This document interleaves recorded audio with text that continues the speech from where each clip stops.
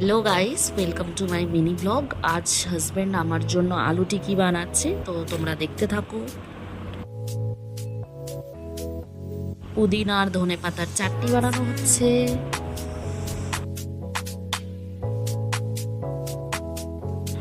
আলু সিদ্ধ আর ধনে পাতা মাখানো হচ্ছে। আলুর পুরটা তৈরি হয়ে গিয়েছে কর্নফ্লাওয়ার আর ময়দা দিয়ে।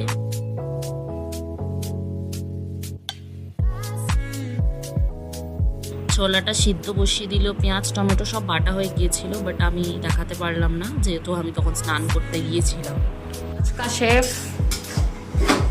वापस अपने मैदान पे उतरे हैं खाना बनाने। चटपटा होता है ये काफी ही। अच्छा झाड़के के पत्ते हैं, झाड़के के। झाड़की के नहीं कसौरी में थी। এই যে ধনে পাতা কেটে দিয়ে দিল, রেডি হয়ে গিয়েছে গ্রেভিটা।